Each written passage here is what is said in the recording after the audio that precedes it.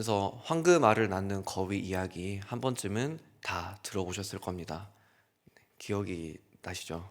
네, 거위가 알을 낳는데 자꾸 황금을 낳습니다. 이제 그 거위의 주인이 하도 거위가 황금만 주니까 이제 눈이 멀어서 더 많은 황금, 더 많은 이득을 취하고자 하여 저 거위는 황금을 낳으니 분명히 뱃속도 다 황금으로 돼 있을 것이다 하는 생각을 갖고 거위의 배를 가르죠. 거위의 뱃속이 황금이었습니까? 아닙니다. 다른 거위와 마찬가지인 그런 오물들이 들어가 있었습니다. 그 주인은 땅을 치면서 내가 황금알을 낳는 거위의 배를 가른 아주 어리석은 사람이구나 하는 이제 그렇게 스스로 자책을 하게 됩니다. 이 이야기에서 이 배를 가른 사람은 시선이 어디에 있습니까? 그 거위를 궁금해 하나요, 혹시? 그렇지 않습니다. 거위를 하나도 궁금해하지 않습니다. 이 거위의 주인이 진짜로 궁금한 것은 이 거위가 나한테 주는 이 황금들이 어떻게 하면 나한테 더 귀한 가치로 다가올 수 있을 것인가? 어떻게 하면 이것을 활용해서 더 미래에 더 좋은 것으로 나의 이익을 극대화시킬 수 있을 것인가 하는 그러한 고민이 참 많았습니다. 그리고 그러한 고민이 결국은 굉장히 어리석은 선택을 하게 만듭니다. 우리는 이 이야기를 보면서 어리석다라고 손가락질 할 수 있지만 그 사람이 우리 자신의 모습으로 볼 때 우리도 과연 그 주인과 같이 우리 앞에 황금알을 낳는 거위가 있다라고 생각을 하면 그 주인과 다른 선택을 할지에 대해서 고민해 볼 필요가 있을 것 같습니다. 아마도 그 거위의 배를 가르는 어리석은 행동은 안 할 것 같습니다. 그런데 그 거위의 주인과 마찬가지로 그 거위를 궁금해하기보다는 조금은 궁금해할 수 있겠죠. 이 거위가 무슨 원리로 황금을 낳게 하는 걸까 하는 궁금해할 수 있지만, 에이 그게 무슨 상관이야. 그냥 황금을 더 많이 얻으면 그만이지 하면서 아마도 매일매일 나한테 생겨나는 황금을 어떻게 하면 내 인생을 더욱더 윤택하게 만드는 것에 쓸 수 있을지 행복한 고민으로 밤잠을 설칠지도 모르겠습니다. 황금알을 낳는 거위가 하나님과 이렇게 동일 선상에 놔두면 어떨까요? 하나님께서는 우리에게 참 귀한 세상을 허락하시고 심지어 황금보다도 귀한 생명을 우리에게 주신 분이십니다.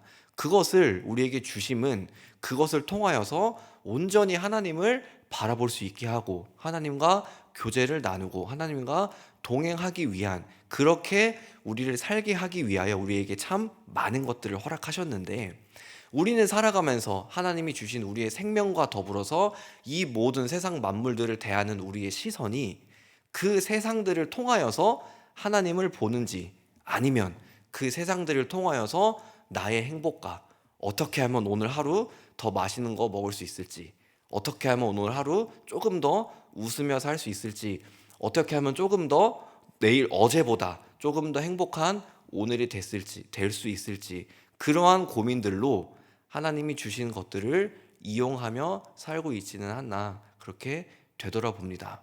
만약에 우리의 시선이 하나님이 우리에게 뭔가를 주신 것에 대해서 이용하려 하기만 하고 그것을 통해서 우리에게 주신 것이 분명한 이유가 있을 텐데 그 이유를 보지 않고 우리 마음대로 해석하고 우리 마음대로 생각하면서 나 중심적인 삶만 계속 고집한다면 오늘 말씀에 등장하는 서기관과 바리새인들의 삶과 우리의 삶은 전혀 다를 것이 없는 삶일 것입니다.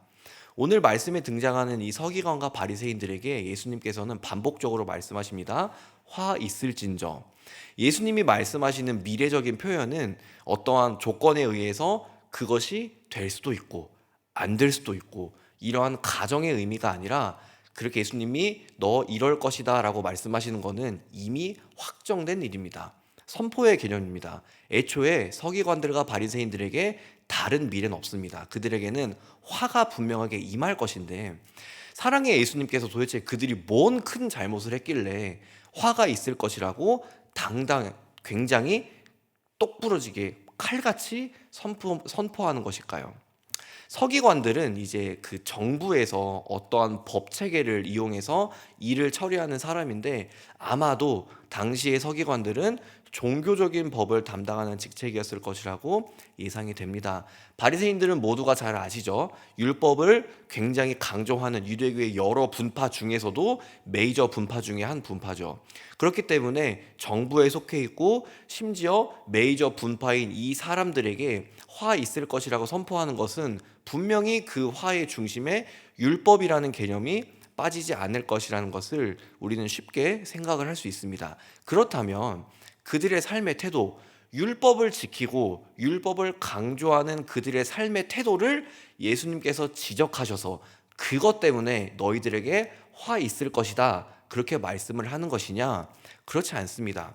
율법은 하나님께서 주신 말씀이고 그 율법은 돌판에 적혀서 그 돌판은 언약궤에 담기고 나중에 대제사장이 1년에 딱 한 번 그곳에 언약궤와 마주하여서 모든 백성의 죄를 그렇게 속죄하게 해달라는 제사를 드리는 굉장히 하나님의 임재를 상징하는 그런 말씀입니다.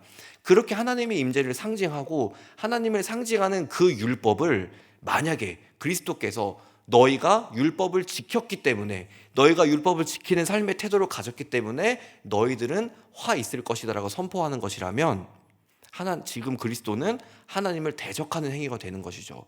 근데 이것은 애초에 말이 안 됩니다. 그리스도가 하나님이기 때문입니다. 그렇기 때문에 예수님께서 지금 서기관과 바리새인들에게 너희는 화가 확정되었다, 그렇게 말씀하시는 것의 이유가 무엇이냐? 그것은 그들이 율법을 지키려고 하는 삶의 태도에 있지 않고 외식한다라는 표현에 의미가 있습니다. 외식한다라는 것은 겉모습을 다른 걸로 바꾸어서 어떠한 사람들이 그 모습을 볼 때 그 속에 있는 본질을 올바르게 보지 못하게 하는 그런 현혹시키는 태도가 그 뜻에 담겨 있습니다. 그러니까 서기관과 바리새인들이 지금 어떠한 것의 겉모습을 살짝 바꾸어서 그것을 보는 이들로 하여금 저것의 원래 뜻을, 원래 의미를 알게 하는 것이 아니라 자꾸 다른 쪽으로 알게 하는 그러한 삶의 태도를 갖고 있다는 거죠. 예수님은 그 삶의 태도에 그들의 그 잘못을 지적하십니다. 너희는 바로 그 겉모습을 자꾸 현혹시키기 때문에 너희들에게 화가 있을 것이다.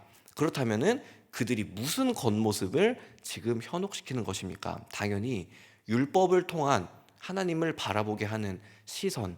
율법은 그 하나님의 말씀이기 때문에 그것을 통하여서 하나님을 바라볼 수 있는데, 그 율법을 통하여서 자꾸 하나님을 바라보게 하는 것이 아니라 율법을 통해서 얻을 황금의 시선을 두게 하는 그들의 삶의 태도를 예수님께서는 지적하시는 것입니다.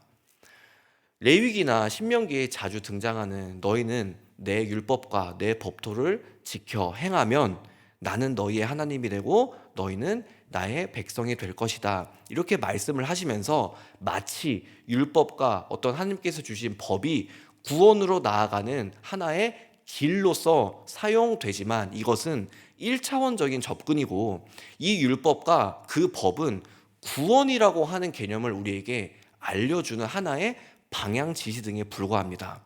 죄인인 우리는 구원이라는 것에 대해서 생각을 할 수도 없고 생각을 할 능력조차 안 되는 그런 아주 낮은 존재 상태인데, 그런 그들에게, 그런 답이 없는 인생들에게 율법이란 것을 제시하면서 구원이라는 개념을 밝게 비추는 거죠. 실질적으로 구원으로 가는 길은 율법을 통하여서 우리가 묵상하고 그 법을 통하여서 순종해 나가다 보면 자연스럽게 깨달을 수 있는 것, 우리는 율법을 지킬 힘이 없구나, 우리는 율법을 다 완성시킬 능력이 없구나, 그것을 진짜로 완성시켜서 참된 구원으로 가게 하는 길이 존재할 것이고 그 길이 바로 예수 그리스도라는 것을 율법을 깊이 묵상한 그들의 입장에서는 전해야 했습니다. 하지만 그들은 그것을 전하지 않고 오늘 말씀, 굉장히 긴 말씀인데 정리하면 이렇습니다.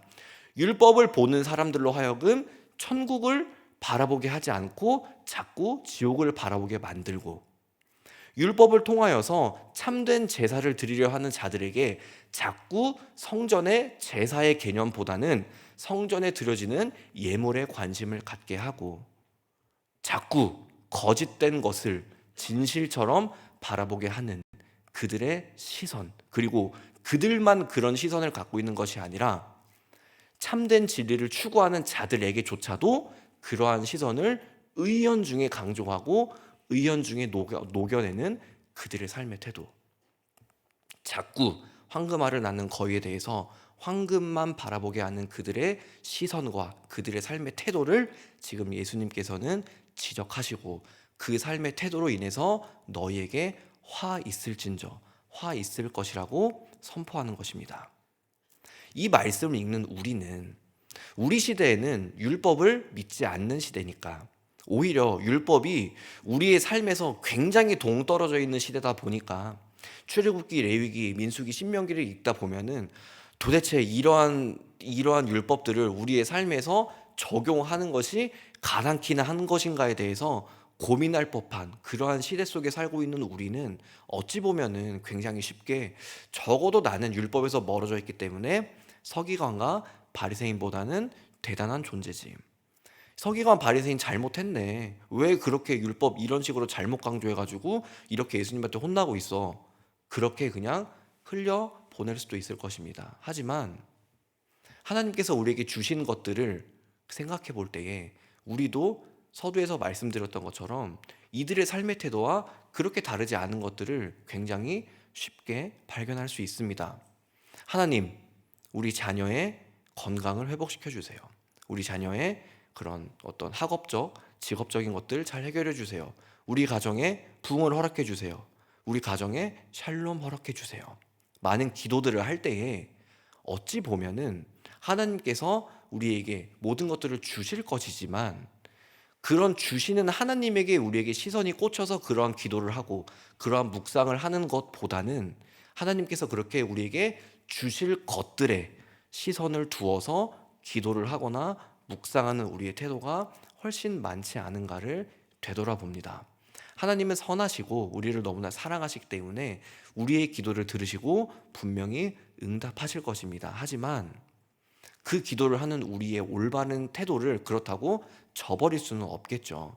율법을 바라보면서 참된 하나님을 소망해야 하는 그들에게 은혜가 허락되었음에도 불구하고 그 시선을 외면하고 자꾸 그 율법을 통해서 얻을 것들, 얻는 지위, 굉장한 칭찬과 명성 등 이런 것들에 시선을 두었던 서기관과 바리새인과 같이 우리 역시도 하나님께서 주시는 것들로 말미암아 우리의 인생을 어떻게 하면 풍요롭게 할 수 있을지, 어떻게 하면 조금 더 행복해질 수 있을지, 어떻게 하면 조금 더 웃고 조금 더 건강하게 이 세상을 잘 살 수 있을지를, 이것만 고민하는 삶의 태도, 삶의 수준에 머무르고 있는 것은 아닌지를 돌아봐야 할 것입니다. 하나님은 선하신 분이십니다. 하나님은 우리를 사랑하십니다. 그 사랑하는 하나님을, 우리를 너무나 아끼시고 우리를 사랑하시는 그 하나님을 바라보는 우리 되기를 소망합니다.